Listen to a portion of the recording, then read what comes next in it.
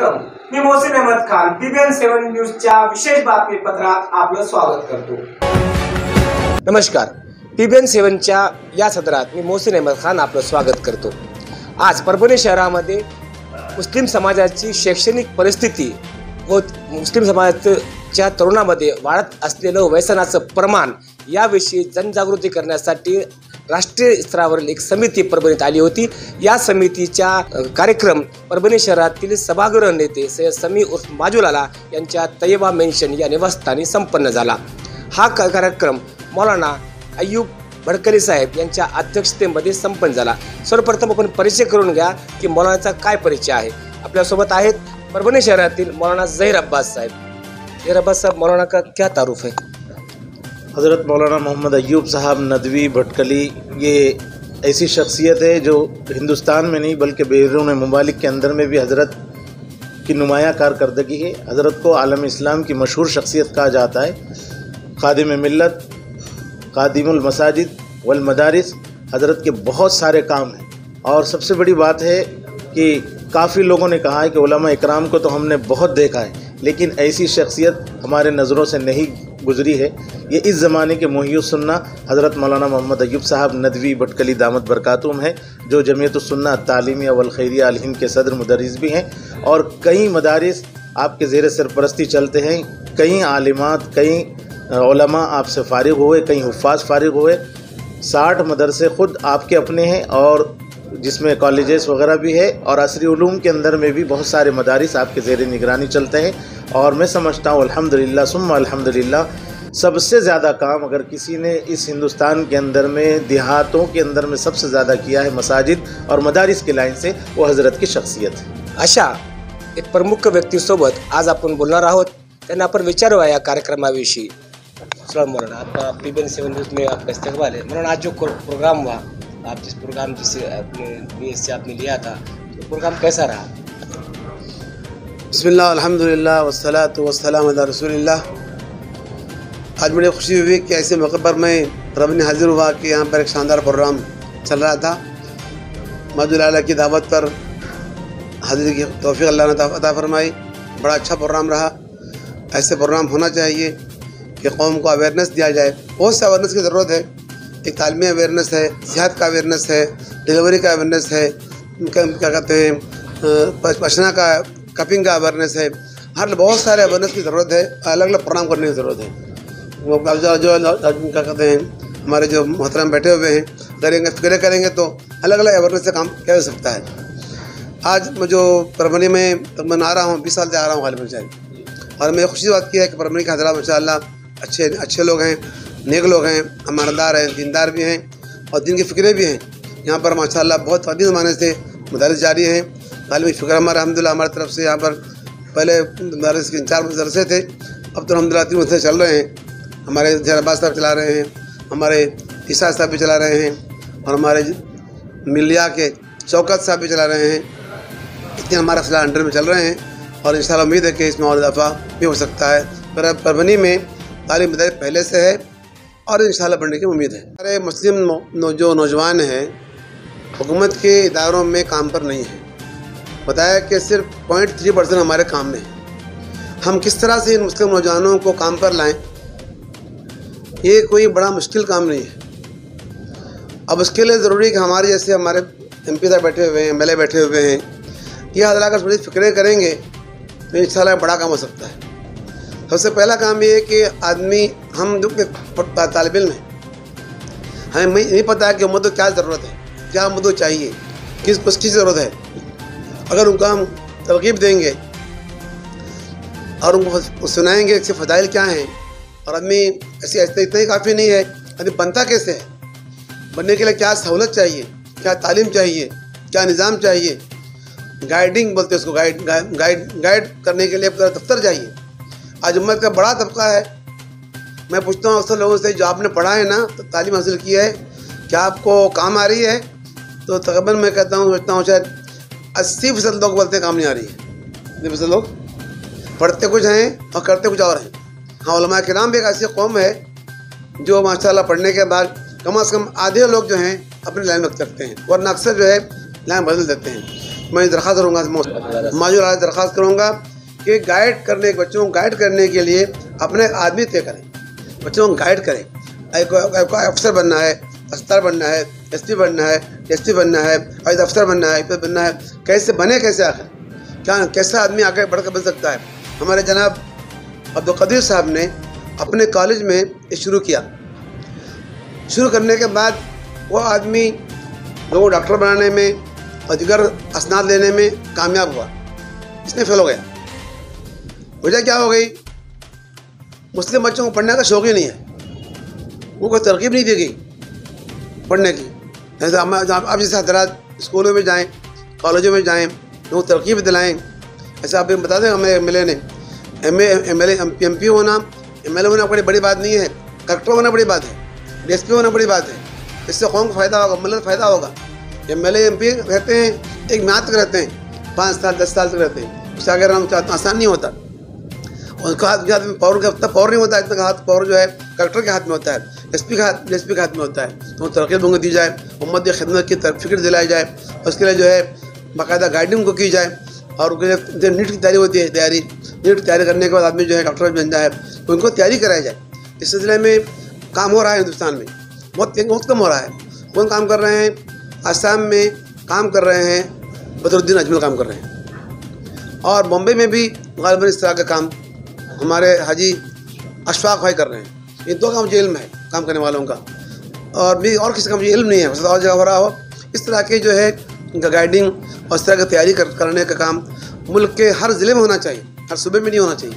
तो इंशाअल्लाह हम ज़रा कोशिश करेंगे, ऐसे ऑफिस चलाएँगे, लोग मुकर्रर करेंगे गाइड करने के लिए, और लोग तरगीब देंगे, ये काम भी इंशाअल्लाह हो सकता है।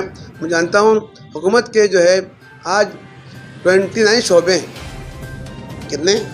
29 शोबे हैं। भटकल हमारा गाँव देखता हूँ मैं, गालिबन भटकल शहर के अंदर सरकारी ऑफिस के अंदर हमारा एक आदमी भी नहीं है।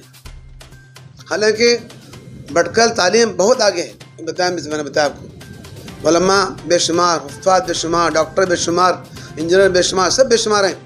हमारे तकरीबन 8000 आदमी गल्फ़ में भटकल के आदमी काम बचा कमा रहे हैं, खा रहे हैं, लेकिन सरकारी नौकरी में एक भी नहीं। अब कोशिश हो रही है, और एकदम कोशिश तो होती नहीं है। काम शुरू करेंगे तो धीरे धीरे होगा इंशाअल्लाह। जैसे मत से मालदार लोग, अच्छे खाते में घराने के लोग इस सिलसिले में आगे बढ़ें। ये भी मदरसा इससे ज़रूरत है, इससे मस्जिद की ज़रूरत है, उससे बढ़कर ये ज़रूरत समझता हूँ कि हमारे नौजवान जो हैं पुलिस में आएँ, फ़ौज में आएँ, एसपी डीएसपी बने, अफसर बने और कलेक्टर बने। हमारे इनसे लोग कोशिश करेंगे और फिक्रें करेंगे, आगे बढ़ेंगे, तो ये काम कोई मुश्किल काम नहीं है। हो सकता है आज नहीं होगा तो कल होगा इंशाअल्लाह। मैं दुआ करता हूँ अल्लाह जिससे लोगों को तौफीक अता फरमाए, हमारे कौम के नौजवानों को एसपी डीसी बनाए, कलेक्टर बनाए। बाक़ी दावाना अल्हम्दुलिल्लाह रब्बिल आलमीन। कि हमारे लिए टेलीविज़न ज़रूरी नहीं है, लेकिन तालीम हासिल करने के लिए जिन आलात को ज़रूरत है वो हमें ज़रूर हासिल करना है। कम खाएंगे, कम पहनेंगे, लेकिन तालीम के लिए जो चीज़ें की ज़रूरत है उसे हम ज़रूर खरीदेंगे। इंस्टीट्यूशन जो है समाज में मुस्बत चेंज लाने में और समाज की बुराइयों को ख़त्म करने में इदारे अपना रोल अदा करें। इदारे जो है इंस्टीट्यूशन सब में ये काम करें। अजीब व गरीब किस्म के खुराफात हो रहे हैं, और ख़ास तौर पर तरजीहात हमारी जो है मिल्लत के कौम के तरजीहात जो है वो उसमें तालीम सबसे पहली तरजीह हो, फर्स्ट प्रेफरेंस तालीम हो। और हम ये भी रिक्वेस्ट कर रहे हैं कि फजूलियात से बचो और तालीम पे ज़्यादा खर्च करो। अगर ये हम इक़दार नहीं पैदा कर रहे तो आज समाज में जो कुछ हो रहा है, जो अफरा तफरी है, जो नफरत का माहौल है, ये सब इसी वजह से है कि हम अपने तालिब-इल्मों को, नौजवान नस्ल को अच्छे इक़दार नहीं पहुँचा पा रहे हैं। अगर हम उनको अच्छे इक़दार पहुँचा पा रहे होते तो इंशाअल्लाह ताला में कभी यकीन है कि अल्लाह के हुक्म से हमारा समाज बहुत बेहतर समाज होता। ढांचा होगा उस पॉलिसी निज़ाम के मुताबिक होगा। उसको हम कहें कि इस सरकार ने बना दिया, तना सरकार ने बना दिया, बिना बहस मुबाहिसे के बना दिया, इसमें ये नुक्स है, उसमें वो नुक्स है, हो सकता है इससे बातें करें, लेकिन ये एक जाम हकीकत है कि वो अब गवर्नमेंट ऑफ इंडिया की वो तालीमी पॉलिसी हो चुकी है और उसी के मुताबिक काम होगा। अब उसमें जो भी हमें कहीं कहीं खिड़की खुली मिल जाए उससे कैसे हम फायदा उठा लें, ये हमारी काबिश होनी चाहिए। उसमें एक इस बात की तरफ मैं तवज्जो करके तो अपनी बात आप लोगों को दूंगा ये उसमें एक बात कही है कि इस तालीमी की मकसद और भी मकसद ये है, एक मकसद की तरफ मैं आपको मुतवज्जह कर रहा हूँ कि हिंदुस्तान के कल्चर को, हिंदुस्तान की तहजीब को, हिंदुस्तान के माजी को इस तालीमी निज़ाम के जरिए फरोग देना है। अब आप देखिए कि हर शख्स जो है, बहुत सा समाज ऐसे है कि आपके घरों में अब कच्ची समाज है, हमारे मूसा भाई अपने घर में कच्ची बात करते लेकिन बाद में आए तो उर्दू में करते। वैसा हमारे घर की तहजीब और तमद्दुन पूरा उर्दू में रखना चाहिए, लेकिन हमको मराठी जबान पे पूरा कंट्रोल होना चाहिए। शेख अंसर नाम का एक बच्चा कलेक्टर बना। मैं तो इस बात के कायल नहीं करता कि हमारी बहन फौजिया खां मेंबर ऑफ पार्लियामेंट है, मैं मेंबर ऑफ लेजिस्लेटिव काउंसिल है। ये दोनों से बेहतर एक अगर मुसलमान कोई कलेक्टर होता तो बेहतर। वो जो समाज को फायदा पहुंचा सकता वो एमएलए एमपी नहीं पहुंचा सकता। उसके लिए सबसे जरूरी है कि हम जिस जबान में, जिस रियासत में, जिस सूबे में रहते हैं उसकी जबान क्या है और उस जबान पे कमांड रखते हुए हमने उर्दू को बाजू में रखते हुए उर्दू पे भी तक हम कुरान हिजों के साथ पढ़े तो ऑटोमेटिक उर्दू आती है हमारे, और हमारे को उर्दू में शेर अदब की तरफ आप जरा कम करो जान। वाह वाह वाह वाह क्या अच्छा शेर पढ़े, हमारी हुकूमत चली गई इसमें।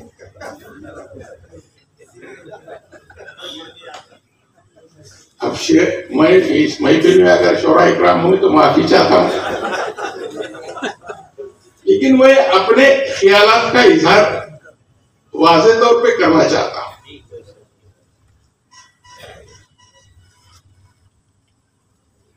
मेरे पास एक नगर पालिका में एक कर्मचारी था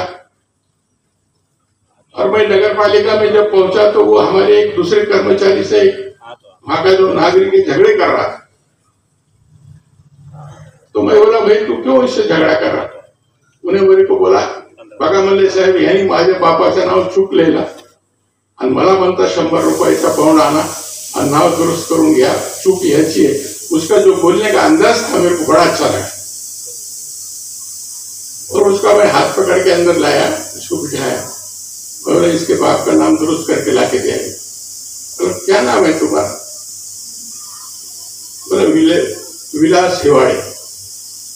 बोला तेरे वालिद कहाँ है? बोले मर गए। तेरी वालदा? वो भी मर गई। बोला तो किसके पास रहता? बोले मौसी के पास। बोला तेरी मौसी क्या करती? बोले नगर पालिका में सफाई काम का है। बोले तू क्या पढ़ा? बोले मैं बीकॉम फर्स्ट क्लास आया, मेरिट में पास हुआ केकेएम कॉलेज मानव से। बोला अब तेरे को क्या करने का है? तो बोले मेरे को स्पर्धा परीक्षा को पुणे को जाना है। अच्छी बात। मैं बोला इसकी मौसी को बोला, वो बेचारे सफाई कामगार बेचारे डर के ऐसे भागते हैं कि काम मेरे को निकाल रहे कि नौकरी से क्या करे। मैं बोला ये तुझा कोण है? बोले म्हणजे बहिणीचा मुलगा ऐसा है, चांगला शिक्षण घेते। मैं बोला अब तू इसका खर्चा मत करो, तालीम का मैं करूंगा। और उसको पुणे को भेजा। 2 साल उन्होंने स्पर्धा परीक्षा की तैयारी करा और वो तहसीलदार बोल के आज पाटोदी पे। बहुत अच्छी बातें यहाँ की गई कि हमारे मसाजिद का इस्तेमाल कैसे हो सकता है। हमारे मसाजिद को तालीमी सेंटर्स बनाना चाहिए, इसमें लाइब्रेरीज होनी चाहिए, इसमें टेक्नोलॉजी का एजुकेशन होना चाहिए, इसमें तरबियत भी होनी चाहिए लोगों की। और उसी तरह हमारे स्कूलों में भी ये तरबियत होनी चाहिए। हमारे स्कूल इससे अलग नहीं हो सकते हैं कि बस हम लिखे पढ़े पास हो जाए और हमको डिग्री मिल जाए। उसी का तो नतीजा है कि आज हमारे पास जो दीन अलग हो गया है और दुनिया अलग हो गई, और दीन का एक किंगडम बन गया है। उसके अंदर हम सिर्फ दीन की बात कर सकते हैं और दुनिया की बात हम अलग करते हैं।